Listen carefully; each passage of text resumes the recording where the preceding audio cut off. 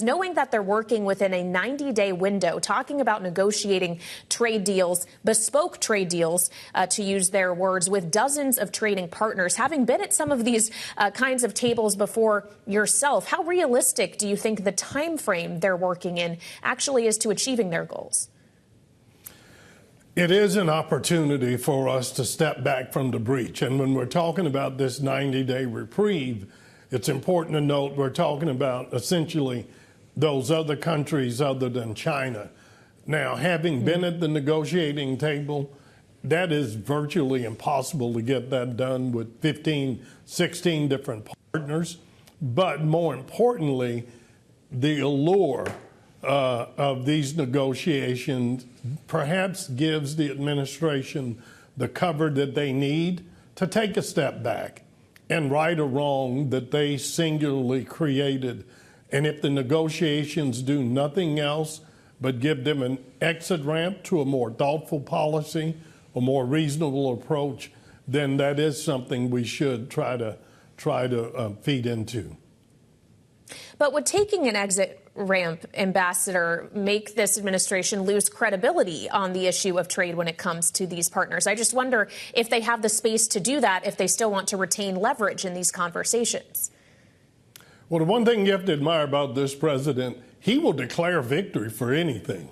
And once he decides, oh, they've all come crawling back and they begged me, I think at this point, America's farmers, America's consumers, America's small businesses who are caught up in this mess, frankly, don't care what the environment has to be. We just need relief for this, because at the end of the day, it is American businesses, consumers, families, manufacturers that are paying the burden of this senseless trade war.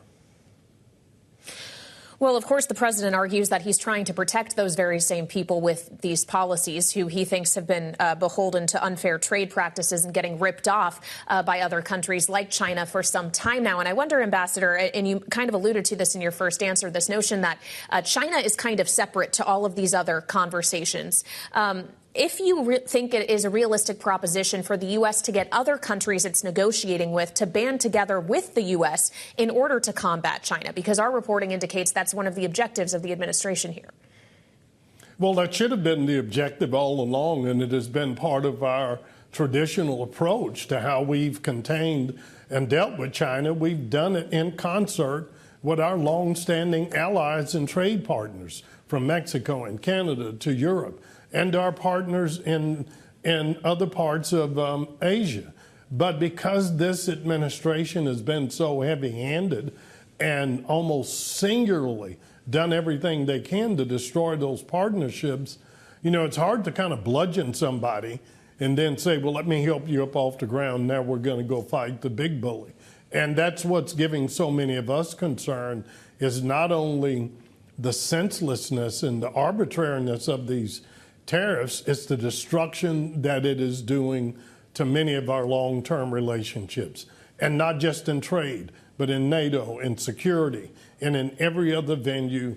For the first time, most of the world questions whether or not they can take the United States of America at our word.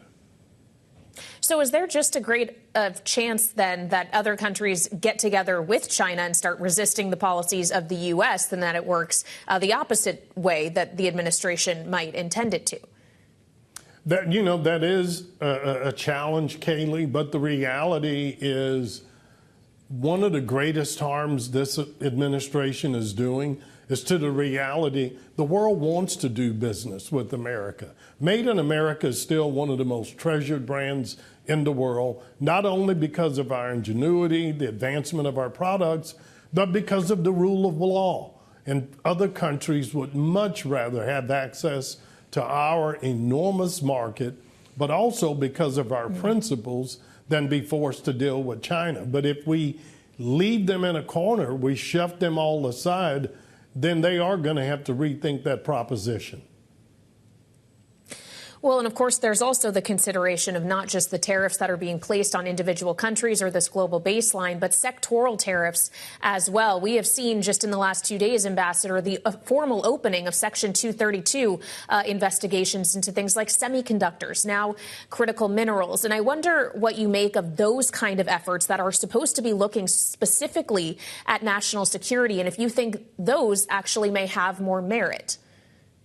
Well, I don't know that they'll have more merit, because the one thing, Kailey, that makes this so troubling, all these tariffs are piled on top of previous tariffs.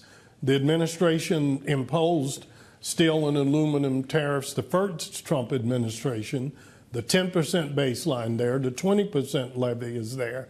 And at a time that you're trying to encourage manufacturing to come back to America, and particularly in the chip sector, is this the time to spark a trade war with the one country that many of these companies are dependent on for the raw materials? So that's a decision the administration has to make. But I think there has to be a step back and look realistically at how do we continue to grow our economy?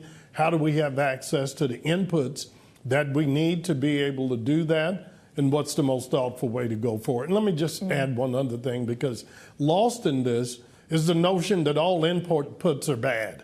And the reality, whether it's agriculture or manufacturing, much of what we make in this country, we need to source materials from other countries. So imposing a tax on that only makes the cost of producing those goods more difficult.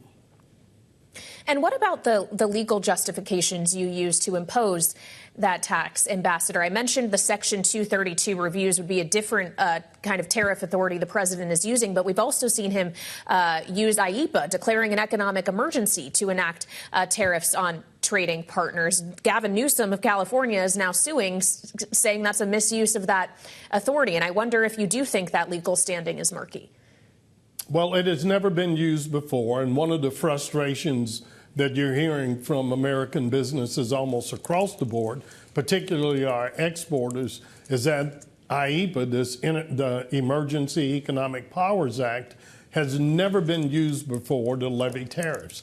It's traditionally used to levy sanctions, and there are a number of legal challenges, not just from the state of California, but other businesses challenging this statute in particular, because of the fact that on one hand, the statute makes it clear if the national emergency is, say, fentanyl in this case, the remedy should be related to that. And traditionally, tariffs haven't been used for that. The other frustration is there are no recourse available for our businesses under IEEPA as there is under Section 232 or under Section 301. And finally, Ambassador, as we look ahead to what's happening tomorrow, a visit from the Italian Prime Minister Giorgia Meloni to the White House to discuss trade with President Trump. From what you've seen, how steep of an uphill climb is it for the European Union to reach some kind of accord with the U.S., knowing the administration has said it's not just about tariffs, but what they describe as a big basket of non-tariff barriers? You know, I'm having as much difficulty as a lot of people trying to divine what this administration's goal is and what will make it happy. Sadly, one thing we know is this president loves to have everyone come and at least presumptively bend the knee, pay homage to him. And if you do that, then you get maybe a little better deal than you might not otherwise. But the European Union is our strongest economic partnership outside of a trade relationship, and has been for years. And so I'm hopeful that the Italian Prime Minister, the heads of the European Union, and others can convey that need for that partnership to President Trump about how we can work together and collectively grow our economies and come up with a more thoughtful approach to how we want to deal with China.